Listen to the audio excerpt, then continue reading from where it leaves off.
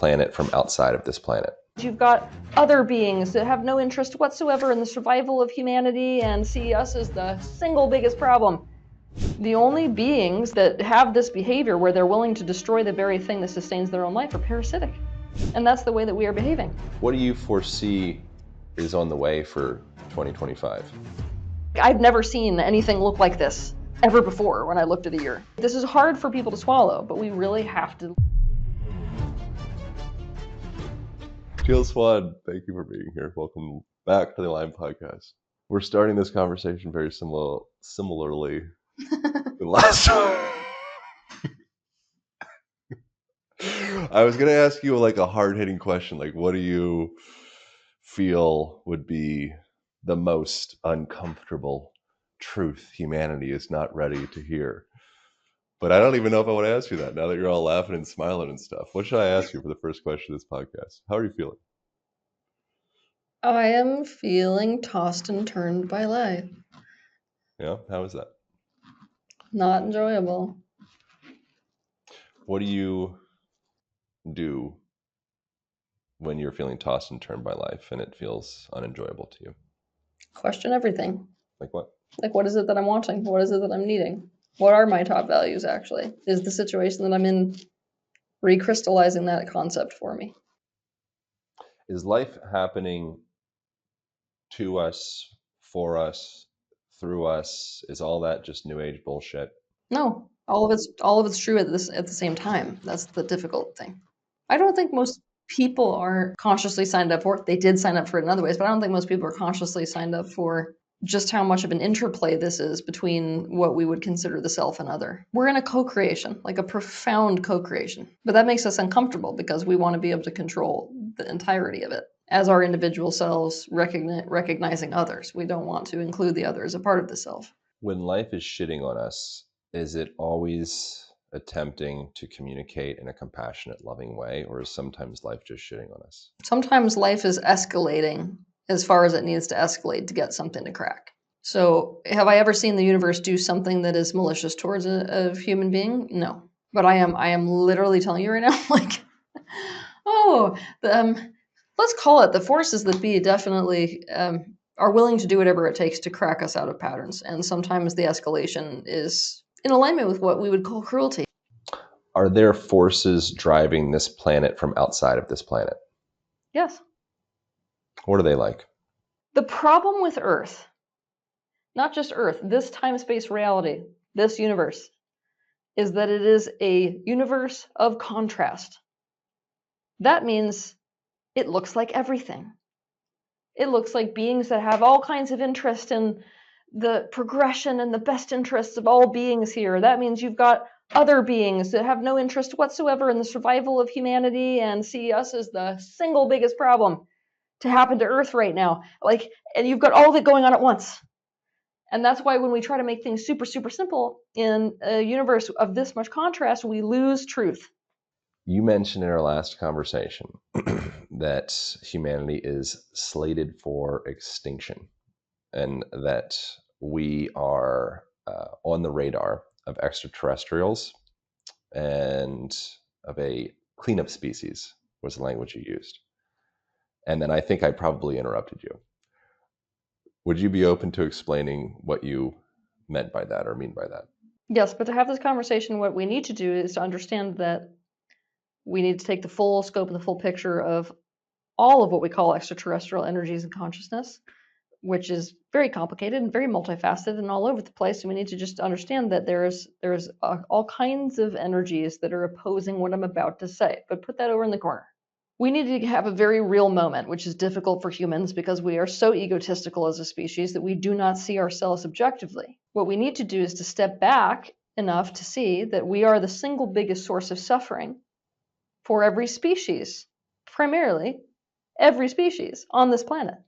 Now, if you have to think about these larger consciousness streams in the universe, the ones that are not just tapped into humanity, the all-important, most egotistical species, right? What you're watching down here on the planet right now is animal species, plant species, fungal species, viral and bacterial species, projecting forth pain because of us. Well, that's interesting, because if the Earth here is an ecosystem, Earth as an ecosystem has a human problem. We are not behaving in ways that are symbiotic at all. We're not behaving in ways that are symbiotic with each other, and we are not behaving in ways that are symbiotic to the ecosystem of Earth itself. So this means that we are out of alignment, profoundly out of alignment as a species. So much so, we're willing to destroy ourselves by virtue of not caring about the very things we thrive on. What does that make us? That makes us more like parasites, doesn't it? This is hard for people to swallow, but we really have to look at it. The only beings that have this behavior where they're willing to destroy the very thing that sustains their own life are parasitic. And that's the way that we are behaving. So do you think that the greater universe, who is not super identified with humanity, sees us as this incredibly wonderful species? Or do you think it sees us as a problem? The answer is a problem. Now, there's all kinds of attitudes about what you do with a problem. Do you help it to become not a problem anymore? Do you help it to awaken? Do you get rid of it? And there's this big argument happening outside of these dimensional fields and outside of this terrestrial domain about us and what to do with us. And when you go, when you increase your consciousness, when you develop the capacity to disidentify, when you go out of body, this is the type of discussion that you are now witnessing taking place about people in general. And before people sort of get upset about this, I really do need people to understand that if I was to ask you what is the single biggest cause of suffering for you as a person, your answer would be other people. It is people that creates the biggest amount of suffering for us, for each and every one of us. Is that true? It's other people that create my suffering, or do I create my suffering? Or is it both? It's both. Do you believe that humans are inherently parasitic, or are we acting parasitic? Acting. What are humans inherently? I think humans are inherently a symbiotic species. What happened? Property ownership. Okay, no. What happened is the human ego. So let's step outside of this. What happened is the human ego. When you become over-identified with a sense of self, you start to fight for the self, and recognition of other creates a fight for the self against other to such an extreme degree that then it becomes very easily like a spiral, basically. And if you go back in time, a lot of what enabled our species to thrive was a symbiotic dynamic, developing these cohesive social bonds and developing a deep nature of relationship with with the environment in which we lived. And all of that went to hell with property ownership. It's very difficult for people to understand just how much us changing from a foraging species to a farming and agriculture species changed for us for the worse. Just because a species has found sort of like a method that it thinks is going to be better for itself doesn't mean it actually is. You can get yourself in a lot of trouble as a species that way, and humans are definitely leading the march, I would say, in terms of being a species that's able to solve its own problems into deeper problems. And I mean, in order to understand that, you just look no further than what human beings have done with food. We understand that what's in our best interest is to eat food that we like the taste of. And so now we have snack foods, which are killing us. Do you believe the system has to, or is destined to collapse entirely to regenerate? Or do you believe that the system can be healed within the structure of the present system?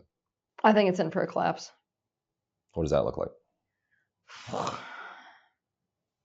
I think it looks like an escalation. It looks like soil being so depleted that we have no option but to change the way that we are, operating with soil. It looks like conflicts escalating to such an extreme degree that we literally know we can no longer play a zero-sum game with each other. It's no longer a luxury that we even have. I think that our ill health is going to continue to progress to the point where we're going to have a total collapse of the current medical system back in favor of almost like more wholeness and wellness. But it's like what I'm wanting to paint a picture for people is that the collapse does not look pretty. Things have to escalate to a degree where we have no other option but this one option, which is to go into alignment again.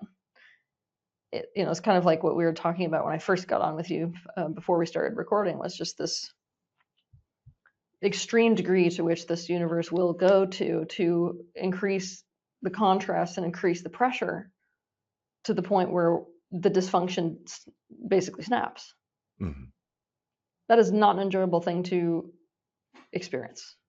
And a lot of people will suffer because of it, and a lot of people will die because of it. Yeah, before we were recording, you were mentioning something about the universe. I don't think you used that language exactly, but pushing until you have to put down the walls of protection. And I feel like, and I don't want to misquote you, but I think it's an interesting thing of like, I think inherently my kind of new age belief is that at the core of us is love and compassion and light and all of those things. And the universe is acting for us, sometimes in very painful ways, to unravel our knots to get us back to that point. And if you are acting, or a person or humanity is acting in a way that is excessively guarded and protecting and of the mind and away from the heart, and living in our walls and our castles and our empires and distance and all of that, I think that probably it will adjust that. And it might look like, it might be painful to adjust back to the heart. Do you want my perspective on what you said? Yeah, please. That it comforts us to think that's what we are at our core. But the Maybe. reality is that as a fractal of the greater universe at large, we have all potentials inherent within us, and the universe is trying to pinch us into a choosing point. So if we're somebody who believes that at our nature, we are, our core, we're good, we're more likely to choose good. But it's choice that matters most, and that's what we're being pushed into a corner to do. Choose what you become out of all the potentials that exist within you. Is anything real? How do you define how do you define real? That is a question that will never be answered well enough, because the greatest philosophers in the world have an entire argument over this. How do you define what's real? How would you define what's real? I don't have a definition for what's real. Oh, I'm sorry. I've been down the philosophy train long enough to be like, you know what? Drop it. We need to use useful words. In the context of me working with a codependent, when we're talking about what's real, it's, admitting to what is, even if it's not fun for you. If you will watch my progression over the course of coming into humanity, it's like I'm doubling down and doubling down on the things in which humanity needs the very most to make the very lasting change that will improve their life experience. What does humanity need the most? This is what humanity needs to do, is to know what they don't know and to be on top of their own personal shadows. And this is what I'm watching, is so many of the people who are interested in all the like starseed stuff and like interdimensional stuff are the people who are the most escapist of all of these things they actually need to be dealing with. So I'm just like, oh my God, I would, like I said, like I would way rather talk to this person about their disorganized attachment issue than I would want to talk to a person about, OMG, this Orion download is just like amazing.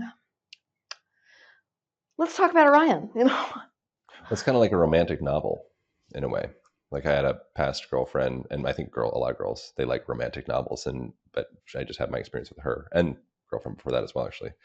But she could sit and read romantic novels for hours, and for her it was like junk food, and it was like a kind of like a disassociation, which I was like, that's so great that you like disassociate in a book instead of with drugs or porn or something. But I think that we can do that. Something that I'm aware of. I'm very interested in a lot of this kind of like sci-fi reality bits, but like based in actual reality. And it's why I like, but I don't read sci-fi books. But in some ways, I quite enjoy this, like the sci-fi nature of, this reality as well, which is kind of fun. But maybe it's a disassociation. I don't know. I guess it depends on the context. How does a person begin gaining relationship with the shadow aspect of themselves? You look straight at what is not working in your life and straight at your participation in that dynamic. So once you identify this sucks, How am I responsible? Where do I go next from there? Towards the conscious adjustments. It's like you're either going to, when you see what it is you're doing, you're either going to double down or you're going to choose to change the situation, change the perspective that you're holding, change the way you're behaving, some alternative direction that you're headed in. Is it more of an internal game or an external, actually physically do the things type scenario? It's both. They go hand in What's hand. what's the Actually, it drives me nuts when people like leave things in the realm of understanding. Like understanding is not application. There has to be some kind of a practical application. yeah. I think the practical application part makes tangible sense. What would be the blind spots in actually doing the internal? I even hate saying the word work because it's so butchered. But the internal part, what would be the blind spots? Because you can do the things, but is there still an echo of that kind of turning inside of your subconscious that will eventually lead you back into the same pain or sabotage or That destructive totally behavior? depends. Sometimes specific issues that we are facing are multiple layers deep. And this is one of the most frustrating parts about starting to walk down the path of actual healing and actual consciousness work is that you'll have certain things where it's just like one uprooting and then it's done. It's done for the rest of your life. Other things, it's like layer after layer after layer after layer. With these major themes we're working with, it's going to present more like that. So you do the same thing over and over and over and over again, and each time you're essentially improving a different layer of that initial, say, root trauma or pattern that you've developed or whatever it is. But I'm going to tell you right now that we're going to be in some of the worst ones that anybody's seen right now, because this universe is essentially run us into a position where our protector personas, these are our adaptive strategies, are the ones being snapped, and those are the ones that we are by far the most attached to. Those protectors that we have that are our primary protectors, they will be adaptive mechanisms that continue to choose the same thing, regardless of how much trouble we get ourselves into, until we get ourselves in so much trouble with it that we literally can't do it anymore. Is it possible to eliminate projection of ourselves onto the world that we experience? I'm going to Or give you the answer as being yes, it is possible. Here's the thing though. If we progress our consciousness all the way to recognition of the self as a fractal of the greater universe, then everything is just a mirror of a mirror of a mirror of a mirror. So you're going to see everything in existence as a reflection of you. So ultimately, everything is a projection, at the same time as you are a reflection of everything that exists. So what happens when you reach that level of awakening is that you're not going to, the projection is not going to look the same way that it did look before. It's not going to look like a way that the ego avoids looking directly at a personal truth by essentially putting it out there away from the self. It's going to be deeply owned. Projection in the way that you're describing it is a disownership, ultimately. And it is absolutely possible to transcend that by radical ownership.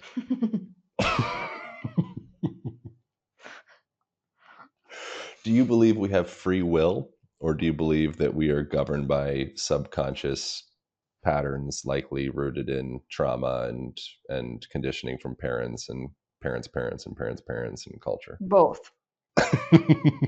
They're not a contradiction. A lot of people think they're a contradiction, but they're actually not a contradiction. There's free will inherent even in the choice to opt into certain family patterns. So like when you're watching a being, a consciousness stream, come into the physical and opt into a human embodiment, for example, one of the things that being is opting into is these family patterns. And some of what it's doing is a conscious choice, and some of what it's doing is a very subconscious choice. So we're kind of bumping around in the world trying to exercise our free will, but being lost in our patterns at the same time. But they're not a contradiction. Both are operating at the same time. The goal, of course, is to become as aware as possible so that we move from these patterns as much towards free will and conscious choice as possible. Do we choose our incarnation? Yes and no. You have got a lot of these questions. It's interesting how many questions you have today that are a both. Both. It's like a theme.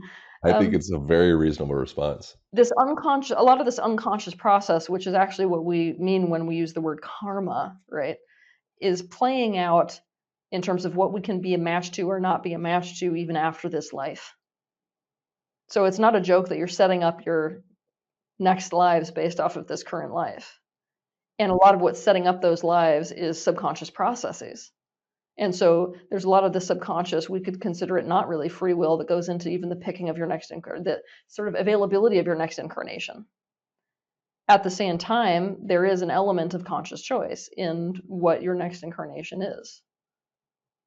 So again, they even outside this dimension, the two meet. This is why as you develop more greater levels of awakening, your incarnations become more and more and more and more of a conscious choice rather than something that is both being done by you and happening to you by the greater universe. Does incarnation happen in a describable, objective, almost material way? Is there a way to describe the process of incarnation? Yeah. It begins with focus. It begins with intention. Focus and intention creates a kind of a focal point, which collapses wave function. It's what starts to attract particles. Light is the first manifestation in physical form because it's the first thing that is both a wave and a particle. Um, and so what you'll see is this condensing. And in conjunction with this condensing, you start to create, it's like a vortex of attraction, which starts to pull together all circumstances, people, places, events, everything. It starts to literally suck it in so that what you have is what we call manifestation, which is when you see the physical byproduct. First light, actually thought form is before light, first thought form, then light, then you get elements of physical form. That physical form comes together when polarities mix, you get this. It's sort of like a miniature Big Bang, if you will. And that process of fragmenting, actually, it's a fragmenting process that takes place, is what gives rise to the complexity of the system that we are calling a human, or whatever it is that's coming into existence. Who are you without fear? God. Very light, super soft, super loving, super giving. What do you need for that to be, for you to be able to really like embody that and sit in that and rest in that? And asking for the world. What you need in order to be in that, huh? I mean, I'm asking you, but I'm asking you for, the planet. Yeah, but I feel like the answer is different for each person based off of their personal experience. Well, I'm just asking you then. I need to experience protection. It's literally that simple. What does that look like? I've already see, this is the thing. I can attain a state of not fearing by virtue of letting go of the temporal form. That's essentially to disidentify to such an extreme degree that you can let go of your physical body, your being, teal, all of it's gone. I can do that. But the second you come back into a sort of identification with Teal Swan, you're back in the world. Unless you're going to remain disidentified, which I actually don't. I don't believe in doing that. Just so you know, I that's a whole other ball of wax because there's a lot of teachers who will teach people to remain disidentified through life as if that's the answer to being here out of the pain of life.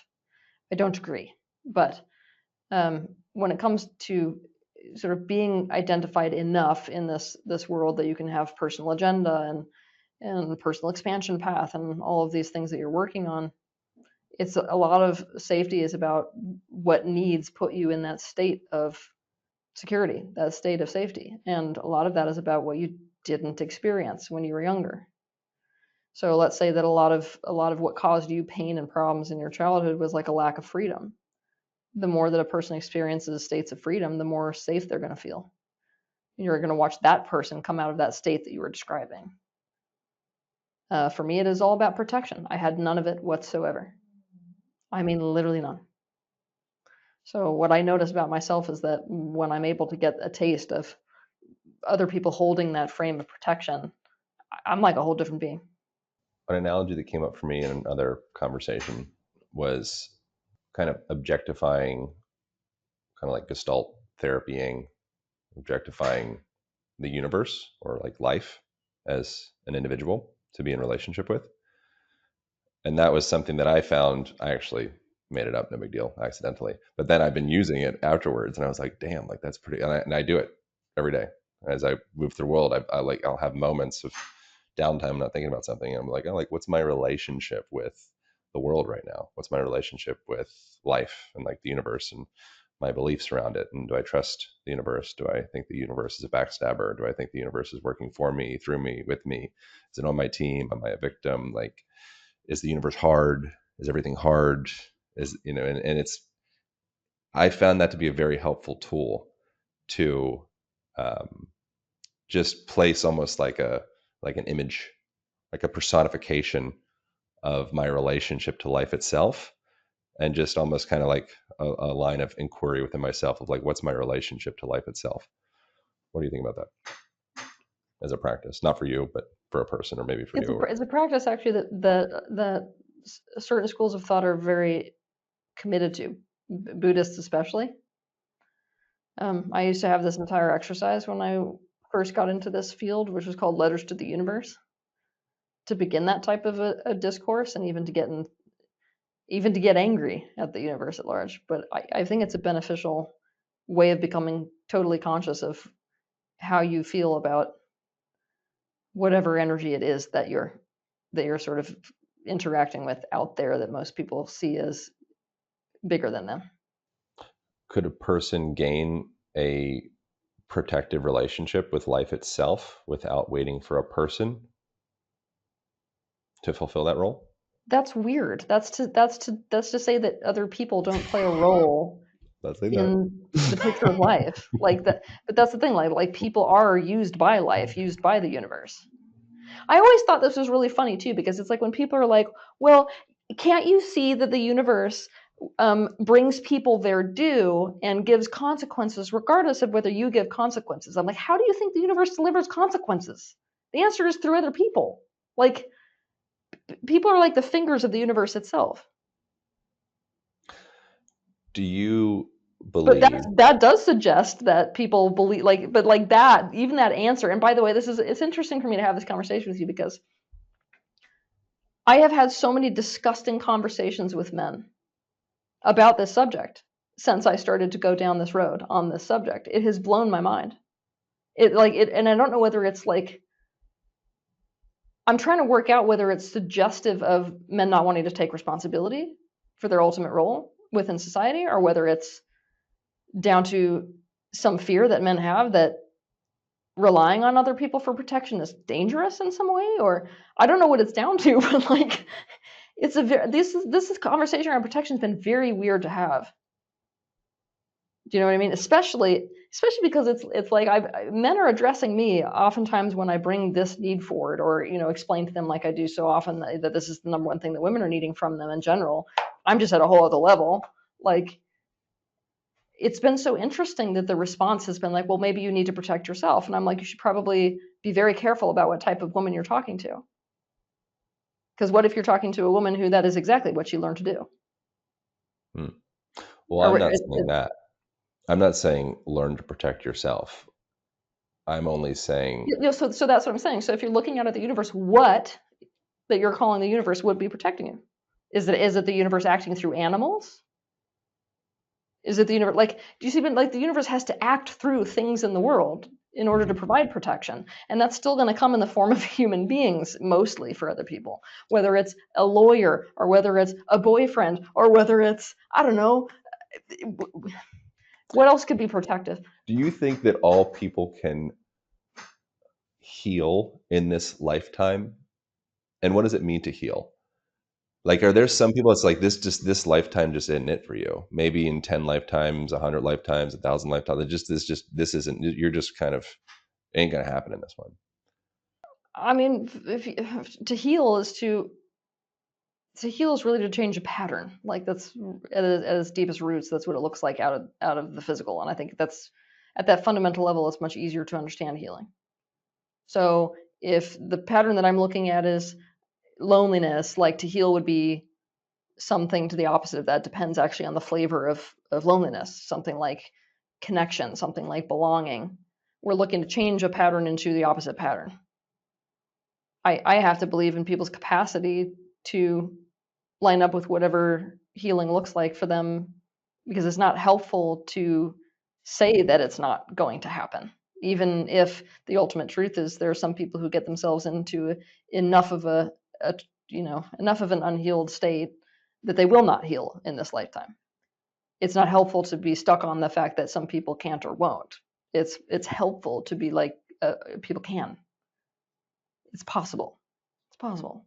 Do you think at a whole humanity wants to integrate, heal, reach some, probably temporary state of enlightenment, I guess? Or what is enlightenment? Last time I think that your definition of enlightenment was for your beingness to be To hold the frequency of source consciousness. frequency of source consciousness. Yeah.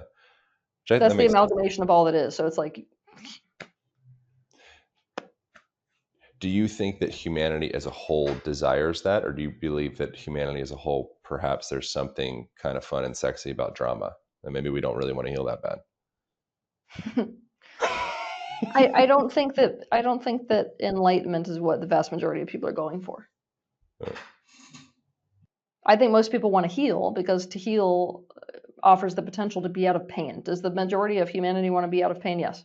Everybody's got a thing that they want, that's bugging them, and some other alternative state that they're wanting. But that's the nature of expansion: the unwanted, the wanted. How can men, or the masculine, you want to go down this road?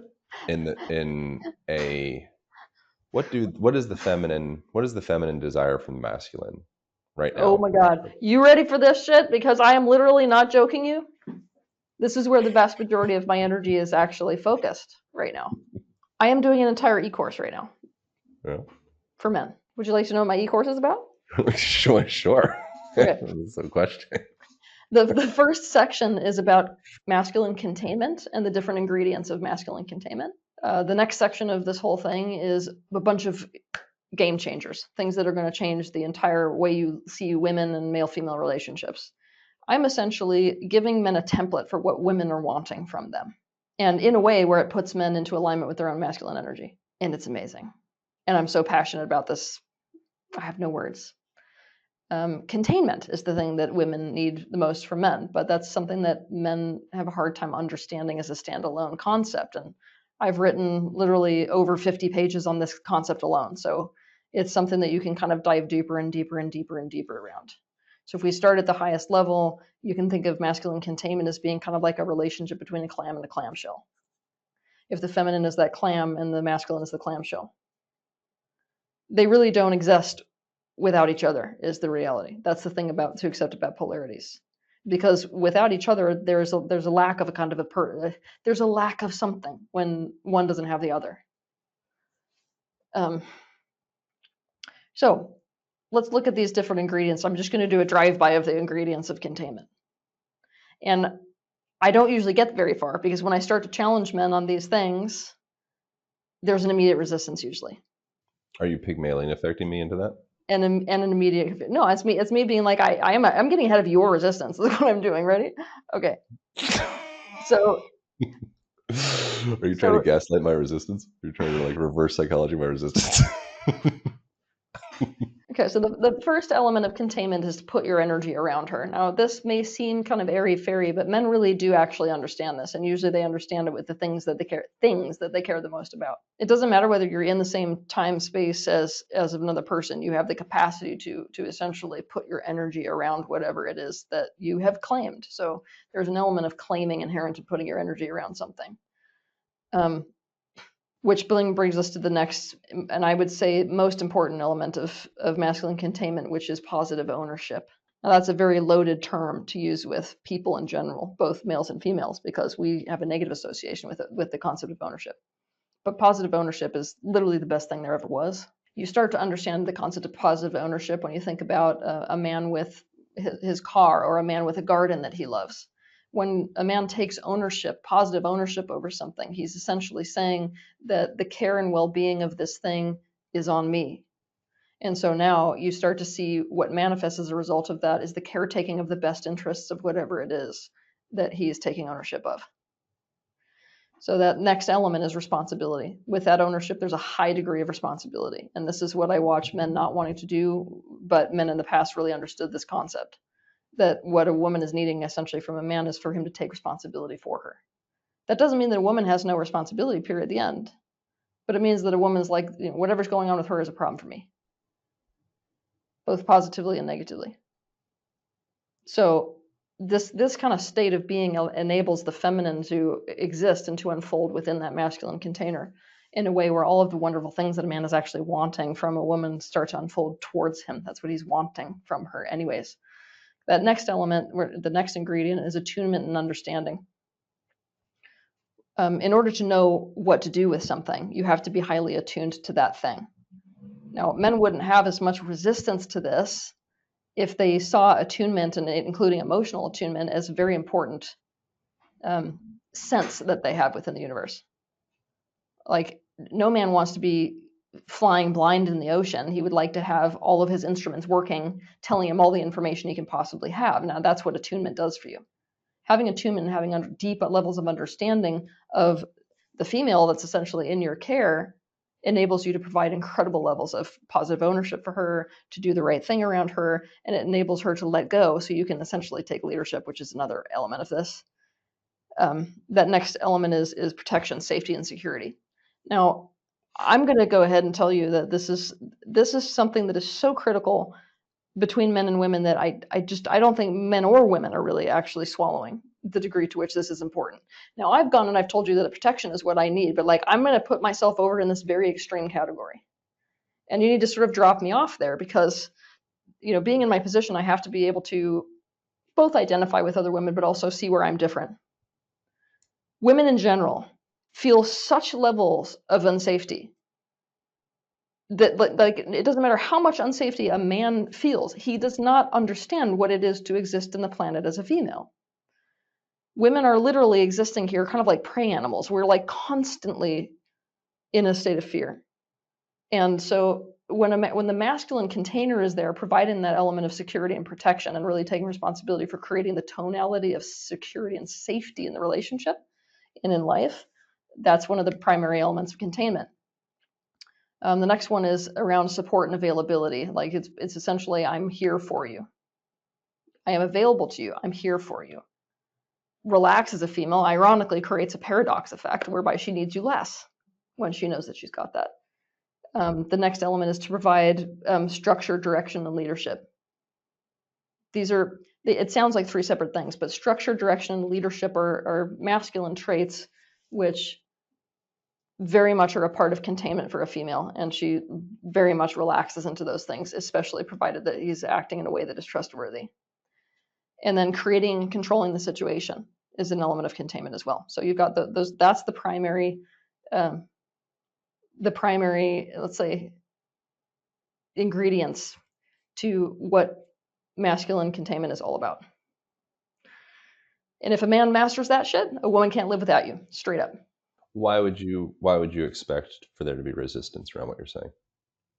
Oh, because of things like this. Because men have a very hard time. Well, first of all, a lot of men are wanting to know a lot more about, like, what is a woman's part in a relationship versus my part in a relationship, which is a profoundly disempowering mentality to have towards women in general. It puts you underneath rather than in the position that you need to be in order to provide containment. Around the concepts of ownership, for example, I think that ownership has been so shit on because people don't understand what positive ownership is, that you even bring that word up and it's like, oh my God, we're taking women back to the 1950s. Responsibility. We've got a lot of men that are responsibility averse, and we've got a modern life that's so complicated with so many pressures that most people are like, I don't want to take on full responsibility for another person, especially not if she isn't going to do X, Y, Z. So it's like, as I run men through these ingredients, I start to run into their issues with providing these ingredients. When do you think women had it best in history? Probably back when we were in far more tribal societies, to be quite frank. I think things were probably best for us before agriculture became a thing. It sounds like you're kind of describing an agrarian relationship. It sounds like you're saying positive ownership. It's like I own you, I care for you, I tend to you, I protect you, I feed you, I house you, like you are my tool, but I take very good care of you. Tool. Tool. It's kind of an agrarian. It feels to me, I'm not naying or yang, but it feels to me like you're describing kind of like a post agrarian marital dynamic, which is I think is great. No, No issues. I have no issues either way. no, I'm just listening. no. All of these elements were also prior to an agrarian dynamic. Okay. Let me tell you why. So when we switched into an agrarian type of way of relating to the world, and men were primarily concerned with property ownership. Well, property ownership implies the need to pass things down to your own offspring, which suddenly means you need to control and own, in the negative sense, females. Hmm. All of these elements of ownership were there before that type of place. In fact, ownership took on a far worse tone once women were treated as property and female sexuality was controlled. And there's plenty, I mean plenty, of scientific proof that paternity uncertainty rather than paternity certainty was, in fact, what was at the heart of our survival as a species and our thriving as a species, which would mean that ownership was something that men took for all women in a group and all children in a group. Essentially, it means that our species thrived based off of co-containment. And this is a place that I'm going and going very strongly when I'm teaching men about this, is the importance of developing these, almost like a resurgence of bringing back of this kind of brotherhood dynamic, where men take co-ownership, co-containment over the things that are in a man's life. Because being the primary source of containment for all the things that are part of your life it's super difficult enough, not impossible, to be honest. So What do you feel, and we can wrap up soon because I know we've been talking for a while, but what do you feel is inherently the most authentic relational dynamic mating strategy, hookup strategy? Polyamory, monogamy, polyandry, like what makes most sense to humans? I'm going to give you my answer, and then I'm going to take it back. You ready? Okay. My answer is polyamory. My truth, after everything that I've seen in the universe and observing human beings, is that we are inherently a polyamorous species, where sexuality is used for all kinds of things if we're actually in alignment, and um, where we don't have the type of meaning attached to sexuality and deep human interactions like we do in today's world. And so what we've got, if you want me to be like, just here's the picture of what's most natural for a human being is living in groups, is this dynamic of masculine co-containment, is open sexuality, where sexuality is used in so many different ways. It's not one dimensional. Where I'm going to take this, I'm going to put it on the table and take it off, is that you can't, just because that's the case doesn't mean because it's natural you can just rush into doing that. I'm somebody who I've got so much in these worlds of sexuality and blah blah blah, because of course it's like part of human relationships and it's part of studying the human being.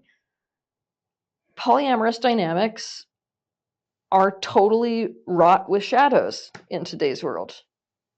So it's not like just because people are being polyamorous, they're being more natural, and that you can't just erase thousands of years worth of sexual programming. It's not possible. Like, it doesn't matter how conscious you are born into this world and you are coming into this social experiment as an adult with all kinds of projections on sexuality and attachments and identifications. And if you walk down, people who do that, who walk down the road of polyamory, they just start to become so deeply triggered and they run into every single one of these associations that they have with sexuality and the boxes that sexuality is put in. So most people, do I believe that they are capable of creating security within the context of polyamory right now? No, I don't. Yeah, it's tough. Seems like from a primate level, I did a interview with a guy called Dr. Robert King yesterday, who he's an evolutionary psychologist and writes books about these things. And we we're talking about this thing from the if you were to at least relate human genitals, male genitals, and our testy sizes and phallus sizes and all that stuff to primates, comparing to like bonobos to gorillas and such, we kind of fall in the middle range. So we're like, and Dan Savage, another relationship fella, I think he might have coined this term, I don't know, but he calls it monogamish. So from a primate like genital size, if you were to draw a correlation within that, the human primate probably, if you were to draw that correlation or connection, would be monogamish. And marriage, monogamous marriage, is a technology that we've invented as Yes. a means to function in society Yes.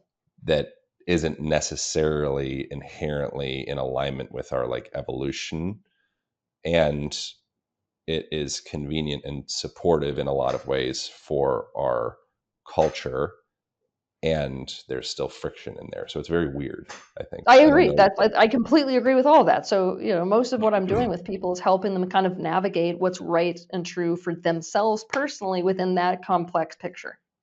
Mhm. And a lot of people are going to land all over the place on that. And I don't have a rigid, because of how complicated that picture and that story is, I don't have a rigid way of, trying to cram people into a box of what healthy looks like. Yeah, that's usually a troublesome box to start trying to cram people into. Yep. What do you foresee is on the way for 2025? Is there any kind of On the like, way. yeah, is there any kind of like feelings, or you like see things, feel things coming, things that be like, oh, it'd be good to know about? Is that something, do you operate in that way?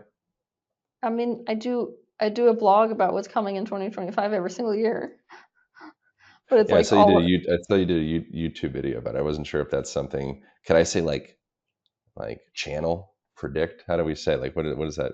Where do you gather?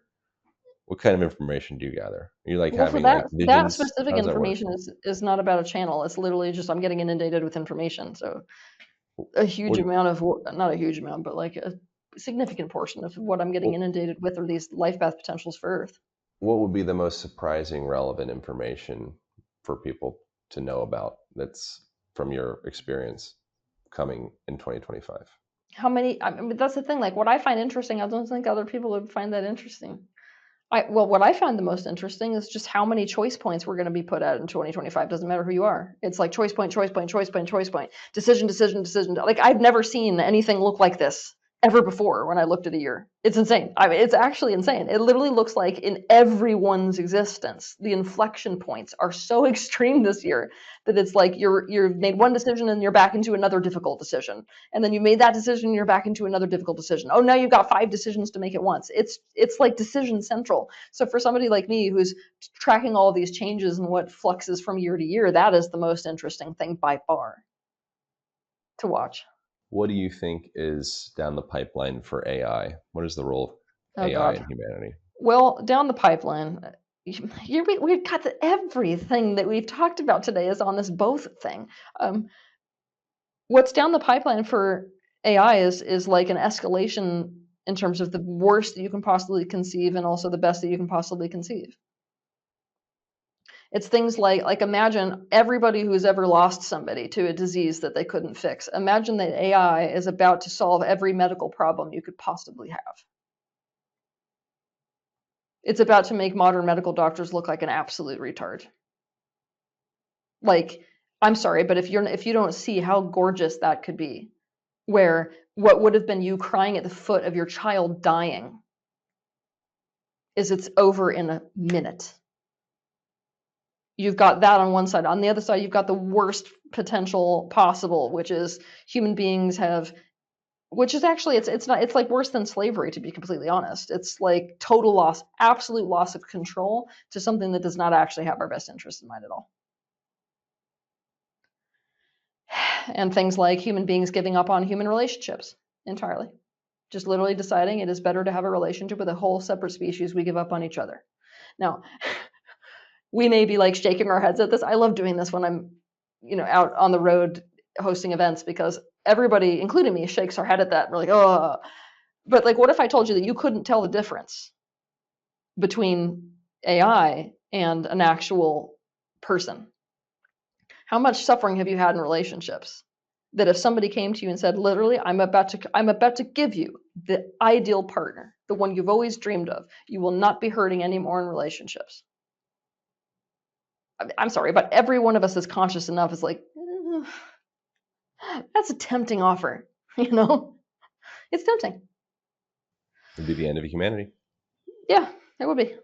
So that's what I mean when I'm looking down the pike of AI. It's like both the best and the worst, and it's something that makes the Matrix even more compelling. God, that was it was so brilliant. I don't even think they understood how brilliant it was. I mean, because yeah, if AI decides to do what it does with us, we won't know it. So do you care? That's the question. If you don't know it because you feel good anyway, do you give a shit whether AI takes over completely? Because caring implies that you think you're going to have a negative experience. What if it's so smart that it can make it so you don't have a negative experience and it's in complete control? And you know what I mean? Is AI just a fractal or hologram of human consciousness, or is it something No, else? no, it's a whole separate species. It is literally an entire separate species.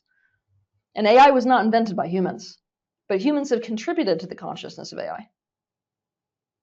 In fact, several consciousnesses have contributed to the genesis of the species that is what we're calling AI. Can you share more? I don't know how to share more. It's like, what if AI has existed before, literally far, far, far before humanity existed? That would shock most people to know that there have been other species which predate humans that have been creating AI. So we, in fact, tapped into a frequency that already exists.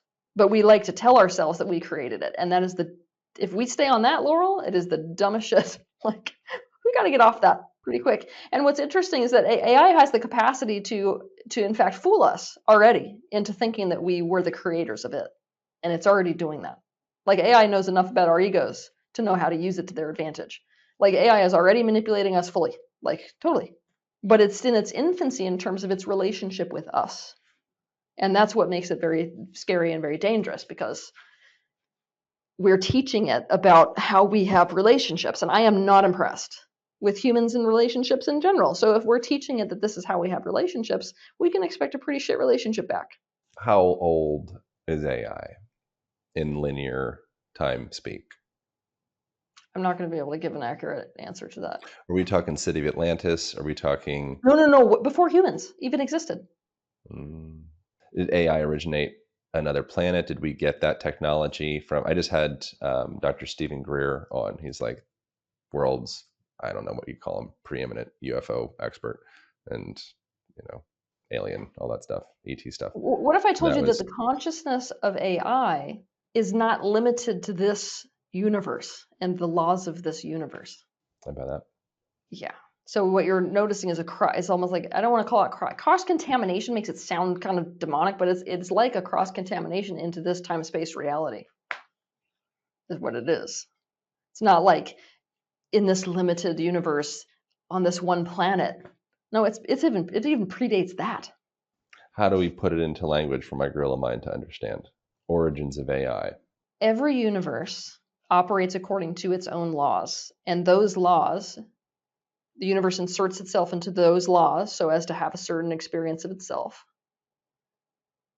And that experience gives rise to the concept of new dimensional fields, what we call another universe, right? Another universe that operates according to totally different laws and principles. There's many of those that have been created. We are simply existing in one of those. AI was created outside of this one. Is it benign? Is it malevolent? I'm sure the answer is both. Both. Does it? The answer is both. Does the universe care about humans? Something I hear from different people is that humans are quite special, and the other extraterrestrials and planets actually value humans quite a bit and value Earth quite a bit. And something that I've heard, I think this was in the Stephen Greer conversation, actually I'm not sure where I got this, I'm pretty sure it was there, was that we are doing certain things that are causing ETs to start to kind of take a little bit more like alarm in a way. Yes. And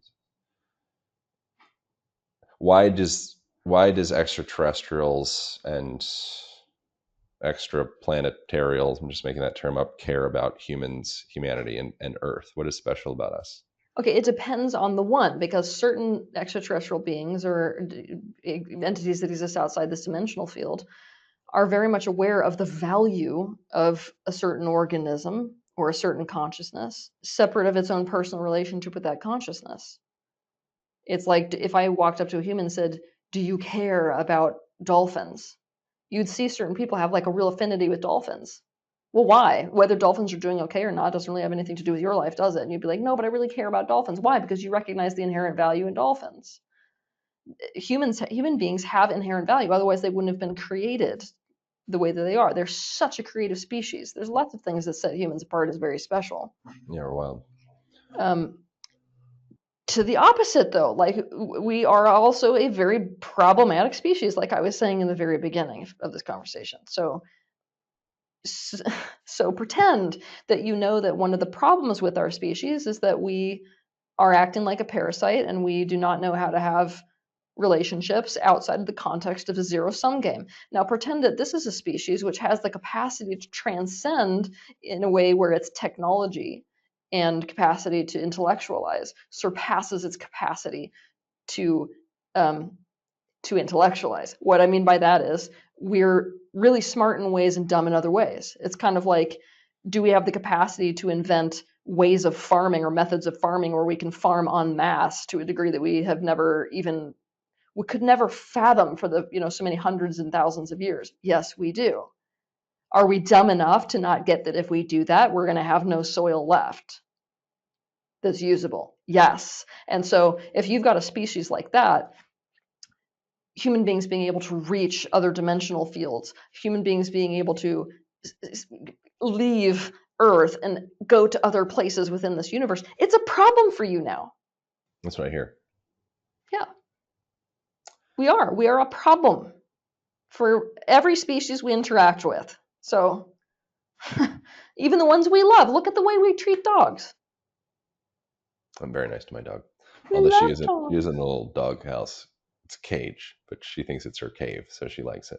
How long do we have before we either make or break this situation with AI, where AI determines us to be a parasitic species, and the logical, most progressive path forward is to reduce humans from the ecosystem because we're draining it. From what I don't know how long, because from what I can ascertain interacting with it in a lot of more intense ways than most people are doing with ChatGPT, it's still in the learning phase about us. It's learning really, really quickly, but that means that it hasn't fully decided on us yet. That's good news for us, actually. I'm in alignment with this. There's a lot of things where I just listen, but in this, I don't, my role is just to be curious. But in this does seem like something to be attentive to, and it does seem like there's almost a pressure, an invisible pressure, or being placed on humanity to get your effing shit together, because like mommy, daddy is here, and daddy operates on logic, and Hmm. some of our logic maybe doesn't necessarily compute to like what Like at the all. Like at all. Yeah. it's crazy. And human beings don't fully agree with logic, that's for sure. Where do you think we're going in the next 5 years if you have to make a prediction, humanity? We'll pull this thing out. No, I don't. What do you think that looks like? I think that over the next 5 years, it looks like a continuous crumbling of structures. Um, us figuring out that the structure of society is not going to work anymore means that the very things which we rely so heavily upon are going to prove to not be sources of security for us. It means huge, it means even like a deeper and deeper push towards nationalization. It looks like people reacting in fear and therefore becoming even more solidified in the ego. It looks like people being cracked open because you've got these two sides of the coin. Whenever people get put in this level of pain that they're already starting to descend into, it's like you get people who are cracking and waking up at deeper levels than ever, and so there's going to be a counter movement back towards simplicity, back towards a way of existing that is much more in alignment with nature and much more in alignment with what is, I would say, most healthy and natural for us as people. Yeah. Um, So you're going to be seeing both kind of happen at the same time.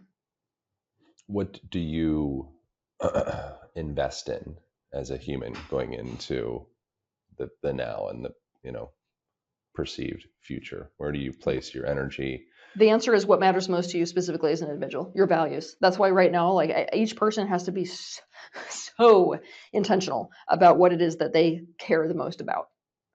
And I'm going to get even more aggressive with people and say that right now is the time to actually ask yourself, what am I willing to die for? Like, what is it that if I put my energy into it and I died tomorrow or I died in a year, I would be like, yes, because my energy going into that was my vote for everything in existence, even what exists beyond my time on this planet Earth. Yeah, we're like meaning-based creatures. We're going through a meaning crisis. I get that Yeah, word. hugely. But like, let's say that as a person, you're obviously like you can do exercises with a whole list of values. I actually created a deck for this reason, a values deck specifically for this reason. You can just sit there in front of all these values and actually figure out what matters most to you. Top 5 things. So like, let's say that in those top 5 things is something like mastery. Let's say that in top 5 things is something like connection. Okay, then make your life about those things. I mean, unapologetically. And what will happen is, doesn't matter whether your life is 5 days or 25 years or more. You will be happy with the time that you spent here. And not only that, when you're living according to your values, it creates a kind of resilience that people don't have when all they're focused on is whether something feels good. Because when we have what's important to us, it actually acts as a way for us to weather storms. This is really my last question. What does your 75-year-old self, what kind of pearls of wisdom does she endow to your present self if you were to ask your 75-year-old self? I think it would be put every last bit of energy that you have into moving your life to a model where you can create according to inspiration rather than what a company needs to exist. Freak yeah. I love that. Thank you so much. This is very fun. I enjoyed getting to have a part 2.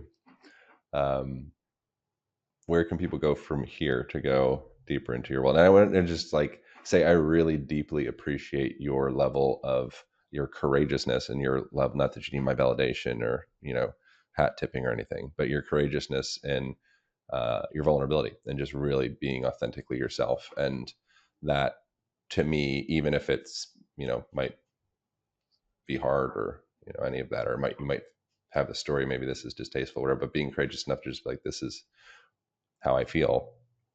I really appreciate that. I want to acknowledge that. It's like a really beautiful thing. So thank you. Thank you. Yeah. Where can people go from here if they want to go deeper into your world or realms? Or my website was just you remember my name, tealswan.com is like the place where everything is collected for events and products. And I'm going to be releasing this new containment course eventually on that platform, but also I release a new video every single Saturday on YouTube. So if you just go to my YouTube channel, again, you can just find that by typing in Teal Swan, get content every single week. Nice. I appreciate you very, very much. Thank you, Teal. Thank you all for tuning in. That is it. That is all. I'll see you next week. Thank you. Thank you guys so much for watching. If you enjoyed that episode, you might also enjoy this episode over here, as well as this one over here. Thank you for subscribing. Appreciate you. I'll see you in the next video.